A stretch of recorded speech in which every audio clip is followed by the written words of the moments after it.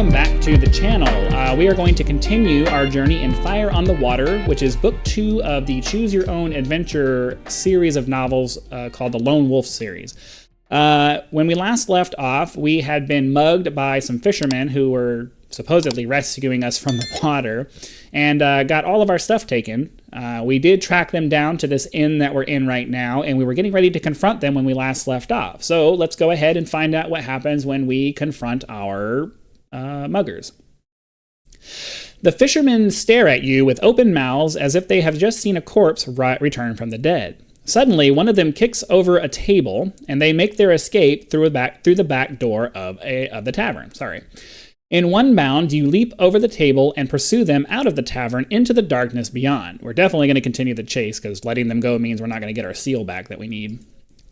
The large back door opens onto a small square, in the center of which is a large tomb. The fishermen have disappeared into the gloomy streets. All that is except one who has slipped on the wet cobblestones and knocked himself out. He is lying in the gutter with his face submerged in the puddle. You roll him over with your foot and search him. You discover 5 gold crowns. We'll add that to our gold crowns. And if you've noticed, I have updated our action sheet here to be a little bit more clean and organized, and also allows us to record our not changing values and then give us modifiers here so that we can keep track of what our actual values are without having to lose track and forget what our initial values were. We also find a dagger. And to our great relief, we find the seal of Hammerdall on his finger, so we can get that back. Seal of Hammerdall required for the sword, so we'll do that. We'll mark on our action chart the items that we take with us, which we took everything, and we can continue. We do not have the discipline of tracking. We can go back to the tavern, which I don't really know how that's going to be helpful for us. We can study the tomb. We can head west along Tomb Street or east along the Watchtower Street. If I was a brigand, I would want to hide somewhere where nobody wants to go. So let's see what happens if we study the tomb. It is the crypt of Killian the Overlord. He had been ruler of Raggadorn, but he and many others in Raggadorn died during an outbreak of Red Death Plague 3 years ago. You suddenly recall a journeyman of your monastery called Swift Fox. He told you tales of his many travels to Raggadorn. The Red Death killed over half the population here. It also killed Swift Fox. We can go back to the tavern, go west along Tomb Street, or head east along Watchtower Street. I guess we can go. We're heading to the east. We don't have our map anymore, so we can't refer to that. But I do know that it was to the east, so let's go east. The street ends abruptly at a large stone watchtower. We can enter the watchtower or return to the tavern. I can't just walk back down the street. Let's see what happens if we go in the watchtower. You enter the tower archway and climb a stone stair where you are suddenly confronted by an armored warrior. His head is encased in a steel helm, and he wears the emblem of a black ship on a red crest. He steps forward and draws his sword, saying, "Halt and give the password." We don't have camouflage. We can attack him or we can evade him by running from the tower. I would imagine that this is a guard. We probably don't want to piss off the locals, so we'll run away. As you run along Watchtower Street, you hear the curses of the guard fading behind you. You reach Tomb Square and spot 4 soldiers marching up Tomb Street toward you. Quickly, you head south to avoid them. You have been running along the cobbled street for nearly 10 minutes when you spot a large stable and coach station in the gloom ahead. Under cover of darkness, you enter and spend the night safely hidden in the hayloft. Well, what if I didn't want to do that? You awake at dawn to the sound of a shrill cockcrow. You can see the crooked streets of Raggadorn through the veil of heavy rain beating down on the cobblestones outside. It has been 6 days since you left Holmgard, and you are still 200 miles from Port Bax. You are in the loft of a very large coach station. A group of green-clad men have arrived and started to clean out one of the coaches. You overhear one of them say that the coach leaves for Port Bax at 1 o'clock this afternoon, and that the journey will take 7 days. You are hungry and must eat a meal or lose 3 endurance points, but because we have hunting, we are not required to do that. After the meal, if you decide to approach the coachman and ask to buy a ticket for the journey to Port Bax, return to this page. Or we can descend a ladder and go to the street outside. Well, let's see how much it costs. The fare to Port Bax is 20 gold crowns, says the coachman in the gruff Ragadornian accent. If we have the 20 crowns and wish to purchase a ticket, we can turn to page 10. If not, we have to go outside, I guess. Opposite the coach station is a narrow street leading to a gaming house with a sign outside. No weapons allowed inside. You are excited by the chance of being able to win some gold, and you quickly enter. Any weapons you have must be left with the guard outside. With the guard at the door. You can recover your weapons when you decide to leave. You are given a silver token worth 1 gold crown, and that can only be used in this gaming house. The entrance hall opens into a large room where many gambling games are in progress. One that catches your eye is called Cartwheel. At one end of a long table, an attractive young woman spins a black dish divided into 10 sections marked 0 to 9. As the dish spins, she drops a small silver ball into it, which eventually comes to rest in one of the numbered sections. Several merchants are seated around the table, and they are betting heavily on the fall of the silver ball. To play Cartwheel, you must first decide the number you want to play, how many gold crowns you're going to stake. Make a note of these numbers and then pick a number from the random number table. If you pick exactly the same number, you get 8 gold crowns for every gold you bet. If the number is on either side of that number, you can gain 5 gold crowns for each gold you do. 9 is in between 0 and 1. We can get up to 40 gold crowns. We can play as many rounds of Cartwheel as we wish until you either lose all of your gold crowns or you can decide to pick up your winnings. Okay, well, I guess we're going to bet one at a time so that we have the best chance of actually winning. So we technically have 9 gold crowns because they gave us that silver coin. So let's go ahead. We'll just bet one at a time, and we can get either 8, 5, or we lose a gold crown. So let's see what we can do here. All right. So we got to pick a number. I'll pick 3. As I wait for the die. It was 4. So we got 5 gold crowns out of that. That's good. So we're at what? 14. All right. So we will do it again. Let's do 6. 4. So we're down to 13. Okay, again. Oh, I got to pick a number. Let's do 9. 6. We lost one again. What's 12? Let's do 4. Oh, I rolled a 4. Excellent. Okay. So we got 8 crowns out of that, right? So that's 20. Okay. We should keep going. So I don't know how many it was. We did 5 and 8. 8, 9, 10, 11, 12, 13. So we got to keep track of how much we've won. We've won 13 gold crowns so far because we can't win more than 40, right? So we got to keep track of how much we're actually winning. All right. I don't want to spend all of my money on the ticket, so we're gonna keep going until we have at least 30 coins so that we have something left over. All right. So we'll keep going. We'll do 7. I rolled a 7. All right. So that's 7 more. That's 20 gold crowns, and we're at 27 coins. Okay. Hopefully a couple more rolls, and we can be done with this. Let's do 3. All right. Got a 2. That's good. That's good. So that's plus 5. So that's 25 coins. 27, 28, 29, 30, 31, 32. All right. I think that's enough. I don't want to waste too much time doing this, even though it feels like we probably should try to max it out. Nah, let's not be greedy. We won't be greedy. We have enough to buy the ticket now and with enough left over. So let's go ahead and head out of here. So we'll get our weapons back and then head outside. You are standing opposite a large building with a sign on the wall, Ragadorn Stables and Coach Station. A green-clad coachman is sitting next to the notice board that reads, Port Bax, journey time, 7 days. If you wish to approach, we're gonna have to buy a ticket, and we do have the gold crown, so let's go ahead and go to that. You pocket, so we gotta take our gold crown, so we have 12 gold crowns now. You pocket the ticket, mark this as a special item. So what is it? Ticket to, what was the name of the place? Bax? Yeah, ticket to Port Bax. Okay, and the man takes you to a coach that is waiting near the east gate of the seaport. It is empty, and you take a seat near one of its circular windows. You are relieved to find that the seat is quite comfortable, for the journey to Port Bax will take 7 days. Stowing your equipment beneath the seat, you settle back in comfort and doze off. When you awake, there are 5 other passengers, and the journey to Duranor has already begun. So we need to pick a random number, and based on that number, we're going to have a different outcome. A 4. So we will turn to this. You have been traveling for nearly 2 hours when the driver shouts, "Toll bridge ahead, 1 crown apiece." Really? Come on. I'm glad we have that extra money.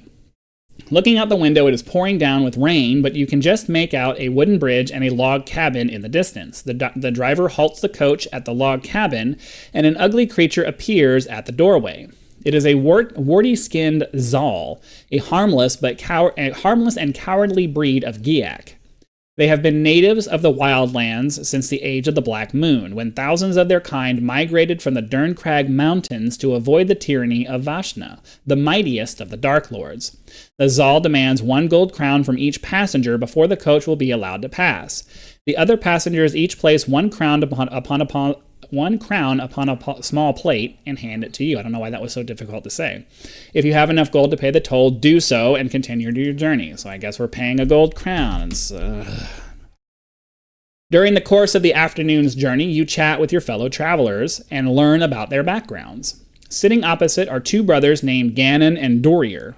They are Knights of the Order of the White Mountain, warrior lords of Duranor, who have pledged allegiance to protect the country from raids by the bandits of the Wildlands. They own a castle and land near Port Bax. Next to them sits Halvork, the merchant. His nose is swollen and his face is badly bruised, thanks to Lachlan, the overlord of Ragadorn. A little misunderstanding about port taxes lost him his cargo and most of his gold. Seated by the far door is a priest called Parzian? I'm not really sure how you pronounce that. Like you, he is a Sumlanding who has journeyed across the wildlands by coach on his way to Port Bax. Beside you sits a young woman named Vivica. She is a mercenary adventuress who earns her gold by fighting for it and sells her services to the highest bidder. She is returning to Port Bax, having collected payment for a successful adventure in Ragadorn. Not wishing to reveal your true identity, you have pretended to be a simple peasant. Travelers seem unaware of the war that now rages in Summerland. Okay. At dusk, the coach stops at an inn on the coast road to Port Bax. The cost of the room for the night, is 1 gold crown for each coach passenger and 3 gold crowns for anyone else. As you are about to enter, the coach driver demands to see your ticket. Well, we have a ticket. The driver nods and hands back the ticket. The inn is warm but poorly furnished. You must eat a meal here, which will cost you 1 gold crown unless you have a meal in your backpack. I wonder if I guess our hunting thing doesn't apply here. We must eat a meal or pay for one. So yay, that's another gold out of our money. Oh yeah, the Kai discipline of hunting cannot be used when instructed to eat a meal on your journey through the wildlands. Oh, really? As it is a barren wasteland inhabited only by creatures called Zals, a weak and cowardly breed of Giak.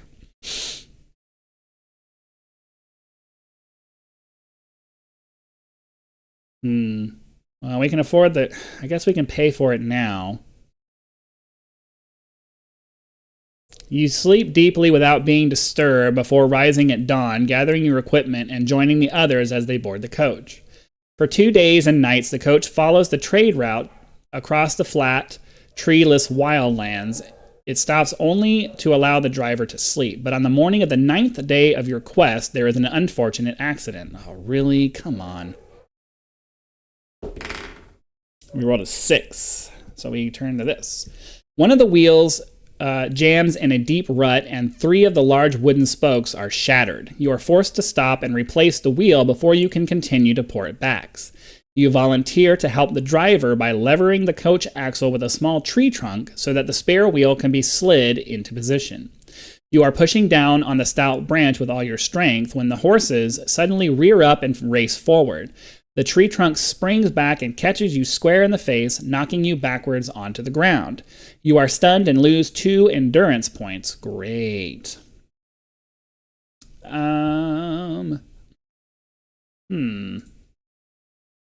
You know, I didn't think about the fact that we needed to be able to track.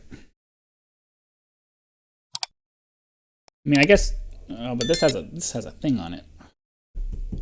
Okay, I'll figure that out another time. For now, I'm just going to type in that we lost 2. Or no, I can do my modifier. No, the whole point of the modifier is just to track.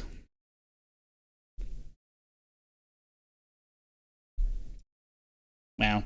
How about we just, okay, so let me do that. I'll just track damage here for now. So -2, we lost 2 endurance. We'll gain them, and when we gain them back, we'll just do it here. All right. The driver is not so lucky. The coach has run over him. As the poor man dies in your arms, his last words are, "No accident. I saw..." And we don't have sixth sense, so we're going to continue. Slowly, one by one, the travelers appear and stare in shock at the dead coachman. "We must bury him," says the priest. You silently nod your agreement and prepare a grave in which to lay the corpse. As you walk, back towards the coach, you discuss what should be done. "I know the road to Port Bax. I had better drive the coach," volunteers Halvork. "I do hope we're not blamed for his death," says the priest nervously. "It was an act of the gods," says Dorier. "I shall testify to that," says Ganon. "Lies are never spoken by knights of the White Mountain." "It is true that in Duranor, a true knight will speak only the truth, whether for his own good or ill." His words seem to reassure the priest, and you are all soon once more on the road headed toward the eastern horizon. It is late in the afternoon when you arrive at a coach station in a small coastal village known as Gorn Cove, which is mainly populated by outcasts, thieves, and Zalls. The death of the coachman is met by the villagers with great suspicion, but